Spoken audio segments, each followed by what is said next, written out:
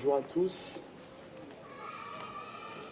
Monsieur le député, monsieur le capitaine, chef du centre d'incendie et de secours de Givors, monsieur le président de l'UFAC et de la FNACA, monsieur le représentant de la FNDIRP, madame la présidente du musée de la Résistance et représentante de la NACRE, chères Givordines, chers Givordins, chers amis, je commencerai, si vous le voulez bien, par une citation, celle d'un grand historien, également grand résistant, qui fut arrêté, torturé et exécuté par la Gestapo le 16 juin 1944, peu avant la libération. Ce résistant et historien est Marc Bloch. Voici les quelques mots que je souhaite utiliser pour ouvrir ce discours.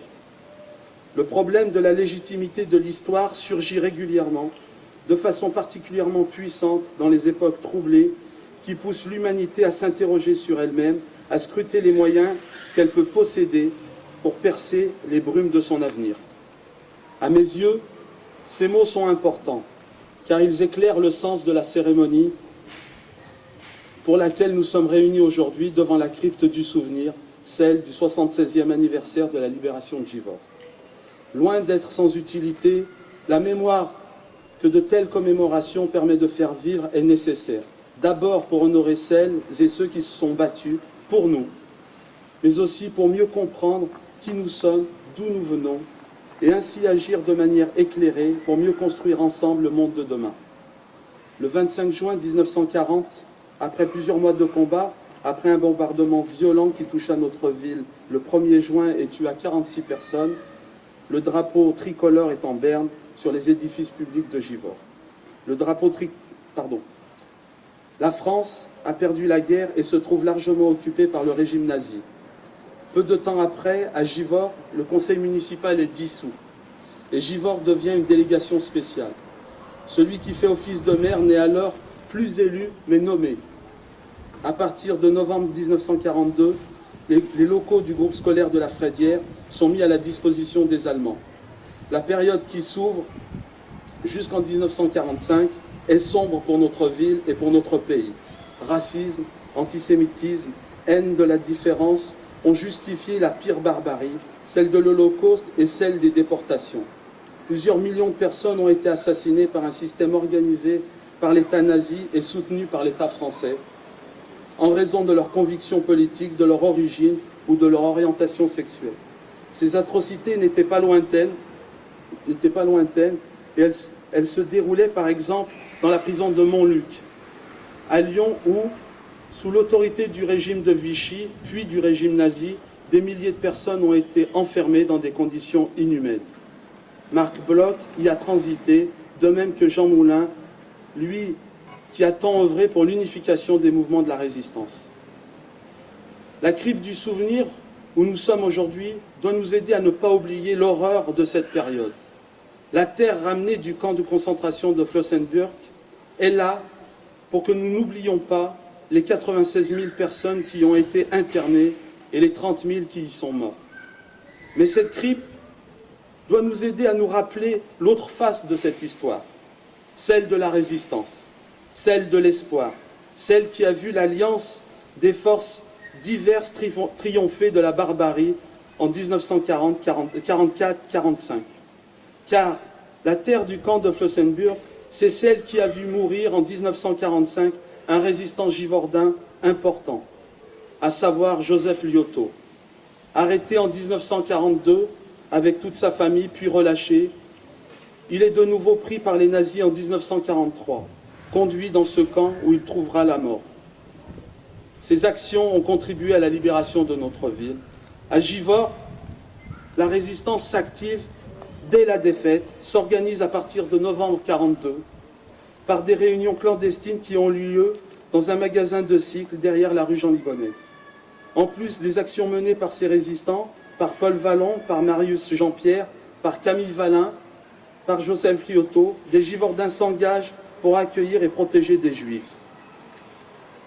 Je pense ici à Camille et Jeanne Bernasconi, ces Justes qui sauvèrent Elie Benaroya. Je pense aussi à celles et ceux qui se sont sacrifiés pour soigner les autres, et notamment Jeannot Rosa et Roger Barge, secouristes de la Croix-Rouge, qui, à 17 ans et à 19 ans, ont été tués à Givors par les Allemands. La libération de Givors est facilitée par la résistance, par ces personnes que j'ai souhaité citer, car elles sont fondatrices de l'histoire de notre ville, car elles ont pris leurs responsabilités et fait leur devoir républicain. Et nous savons toutes et tous ce que nous leur devons. Pour autant, malgré l'engagement et le courage des résistants de la libération, n'est cependant rendu véritablement possible que par le débarquement en Provence, à la mi-août 1944, des forces commandées notamment par le maréchal Delattre de Tassigny. Elles rassemblent les combattants du monde entier, originaires des États-Unis, du Royaume-Uni, mais aussi du Maroc, d'Algérie, de Tunisie et de toute l'Afrique subsaharienne, et parfois des Antilles et de Polynésie. Cette diversité n'empêche aucunement l'union de ces soldats engagés pour une certaine idée de l'humanité, pour la liberté et pour la justice. Les combats sont violents, mais les nazis battent en retraite. Annoncée une première fois le 25 août 1944, la libération est finalement plus tardive. Repoussée par le reflux des dernières forces allemandes, elle est définitivement acquise après de nouveaux affrontements meurtriers dans la nuit du 1er au 2 septembre 1944. Pourquoi vous avoir rappelé cette histoire un peu longuement? Parce qu'elle est fondatrice de notre France républicaine, solidaire et démocratique. Mais aussi, et je reviens ici à la citation inaugurale de Marc Bloch, parce qu'elle peut nous aider à mieux comprendre notre histoire présente et à percer les brumes de notre avenir. Dans un témoignage disponible sur le site du Musée de la Résistance et de la déportation de Givors, que préside Marie-Jo Blondy, ici présente et que je salue, Paul Vallon, figure givordine de la Résistance, nous dit: il y a une bataille à mener actuellement, c'est la bataille pour le retour de la citoyenneté. Cette bataille me semble cruciale, au moment où les actes haineux, racistes et antisémites se multiplient. Pensons aux incendies dans les mosquées lyonnaises, aux tags négationnistes à Oradour-sur-Glane, ou aux inscriptions antichrétiennes découvertes récemment sur une librairie lyonnaise. Cette haine existe. Je peux moi-même en témoigner pour l'avoir subie récemment en étant le destinataire de plusieurs lettres d'insultes racistes et de menaces de mort. Ces actes montrent l'actualité du combat mené il y a 76 ans par la résistance et par les forces alliées. Pour poursuivre ce combat, il nous faut puiser dans les parcours de nos résistants, dans leur engagement pour que toutes et tous participent sur un pied d'égalité à la vie de la cité.